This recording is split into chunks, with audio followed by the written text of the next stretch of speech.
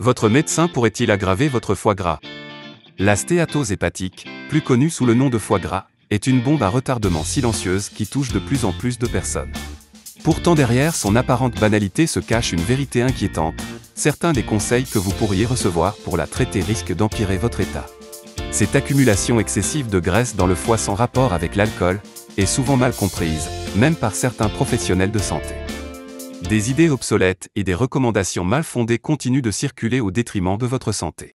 Plongeons dans ces mauvais conseils qui, loin d'aider, peuvent compromettre votre guérison. Préparez-vous à remettre en question ce que vous croyez savoir sur cette maladie trop souvent sous-estimée. Et surtout apprenez à soigner vous-même votre foie et améliorer votre santé. L'un des premiers conseils que vous pourriez recevoir de votre médecin est de manger de petits repas fréquents pour maintenir votre métabolisme actif. Cette approche peut sembler judicieuse, mais pour une personne souffrant de stéatose hépatique, elle peut être particulièrement néfaste. À chaque prise alimentaire, l'organisme sécrète de l'insuline pour aider à gérer les nutriments ingérés. Cependant, si vous souffrez déjà de résistance à l'insuline, une caractéristique clé de la stéatose hépatique, chaque pic d'insuline empêche votre corps d'accéder à ses réserves de graisse. Et par conséquent, empêche la combustion des graisses accumulées, y compris celles dans le foie. Ce phénomène peut créer un cercle vicieux. Manger fréquemment entraîne une insuline constamment élevée, ce qui favorise le stockage des graisses plutôt que leur utilisation comme source d'énergie. Ce conseil est donc l'exact opposé de ce qui est recommandé pour traiter la stéatose hépatique. Une approche plus bénéfique consiste à espacer les repas, comme dans le jeûne intermittent, afin de donner au corps des périodes prolongées où les niveaux d'insuline sont bas. Ce qui favorise l'utilisation des graisses stockées dans le foie comme source d'énergie. Avant de passer au prochain conseil, si cette vidéo vous plaît, n'oubliez pas d'y mettre un pouce levé. Plus cette vidéo sera partagée, plus elle sera accessible aux personnes qui en ont besoin. Un autre conseil fréquemment donné est de réduire les graisses et d'augmenter l'apport en glucides. L'idée derrière cela est que réduire les graisses consommées devrait logiquement conduire à moins de graisse dans le foie. Malheureusement, ce raisonnement simpliste ignore les mécanismes métaboliques complexes. Ce ne sont pas tant les graisses qui contribuent à la stéatose hépatique, mais plutôt l'excès de glucides, en particulier les sucres raffinés.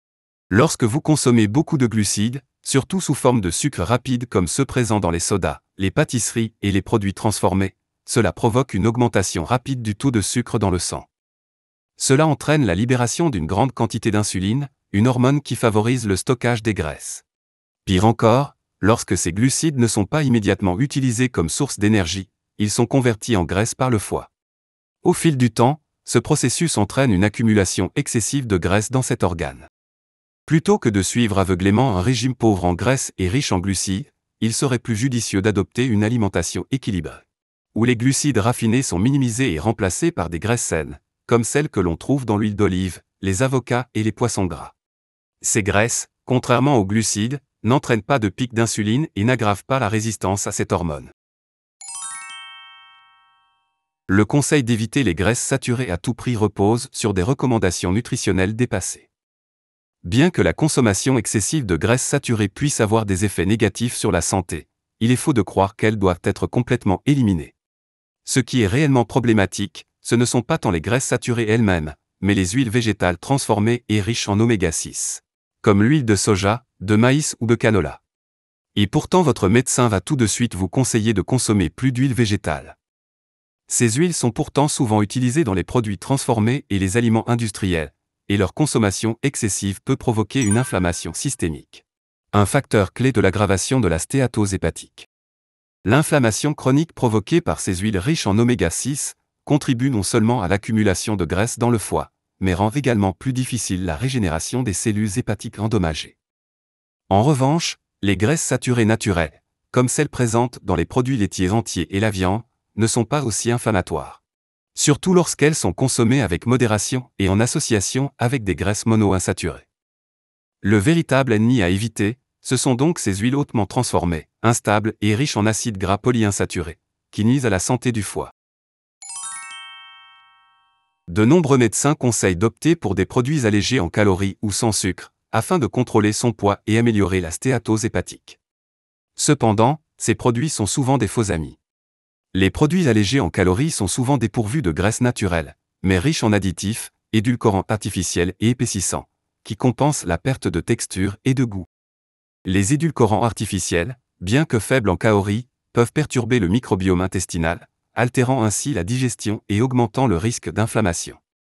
Cela a des répercussions directes sur le foie, qui se retrouve submergé par des substances chimiques qu'il doit traiter, aggravant ainsi la stéatose hépatique. Ces aliments, malgré leur faible apport calorique, ne favorisent pas la régénération hépatique. Ils peuvent même entraîner une prise de poids à long terme en perturbant la régulation de la glycémie. Il est donc préférable de se concentrer sur des aliments entiers, non transformés, et riches en nutriments, plutôt que de se laisser séduire par des produits marketing prétendument sains. Privilégier des aliments naturels comme les légumes, les protéines de qualité et des graisses saines, permet d'éviter les additifs industriels et d'améliorer la fonction hépatique. Restez avec nous jusqu'à la fin, car les 2 derniers conseils vont vous surprendre. Le conseil de simplement réduire l'apport calorique est un autre piège fréquent. Bien sûr, pour perdre du poids, il est logique de consommer moins de calories que ce que l'on dépense. Cependant, lorsque l'on parle de stéatose hépatique, il ne s'agit pas seulement d'une question de quantité, mais de qualité. Une alimentation trop pauvre en calories, mais riche en aliments transformés ou en glucides, peut aggraver la résistance à l'insuline et ne pas aider à détoxifier le foie. Il est important de comprendre que la composition des aliments compte plus que la simple restriction calorique. Par exemple, 500 calories provenant de légumes, de protéines maigres et de graisses saines, n'auront pas le même effet sur l'insuline qu'un repas de 500 calories provenant de sucres raffinés et de glucides transformés. Ce dernier type de repas élèvera vos niveaux d'insuline et favorisera le stockage des graisses, y compris dans le foie. Les fruits sont souvent perçus comme un aliment sain et incontournable. Cependant, lorsqu'il s'agit de stéatose hépatique, il est essentiel de comprendre que tous les fruits ne se valent pas. Les fruits sont riches en fructose, un sucre qui est métabolisé directement par le foie. Et le fructose est le facteur principal d'un foie gras. En consommant trop de fructose, même à partir de fruits entiers, vous allez surcharger votre foie et aggraver la stéatose hépatique. Le fructose, contrairement au glucose, n'augmente pas directement la glycémie. D'ailleurs, on ne l'appelle pas sucre sanguin. Il ne passe pas dans le sang et va directement dans le foie. Mais il peut être rapidement converti en graisse lorsqu'il est consommé en excès. C'est pourquoi il est conseillé de limiter la consommation de fruits riches en fructose, comme les pommes ou les raisins. Et de privilégier des fruits à faible teneur en sucre, comme les baies, qui sont également riches en antioxydants et bénéfiques pour la santé globale. Si on vous a prescrit des statines pour abaisser votre cholestérol, cela pourrait être contre-productif. Bien que ces médicaments soient efficaces pour réduire le taux de cholestérol, ils bloquent également la production du coenzyme Q10, une molécule essentielle pour la production d'énergie cellulaire. Sans coenzyme Q10, le foie est moins efficace pour se régénérer et brûler les graisses accumulées. Plutôt que de se reposer sur les statines, il est plus pertinent d'aborder la stéatose hépatique par des changements de mode de vie et de régime alimentaire. La réduction de la résistance à l'insuline, grâce à un régime alimentaire pauvre en glucides raffinés et riche en graisses saines, est une approche plus efficace à long terme. La prise de statine peut masquer certains symptômes tout en empêchant le corps de fonctionner de manière optimale, notamment en privant le foie de l'énergie nécessaire pour se régénérer. Une approche holistique, incluant une alimentation équilibrée et une activité physique régulière, peut aider à rétablir la fonction hépatique de manière naturelle, sans dépendre des médicaments. La stéatose hépatique est une maladie complexe qui nécessite une approche nuancée et adaptée aux particularités de chaque individu. Les conseils médicaux traditionnels peuvent parfois être contre-productifs, aggravant l'accumulation de graisse dans le foie, plutôt que de la réduire. En évitant ces erreurs courantes et en adoptant une approche plus informée, il est possible de mieux gérer cette maladie et de donner à votre foie les meilleures chances de guérison. Alors adoptez des habitudes saines pour retrouver une vie saine.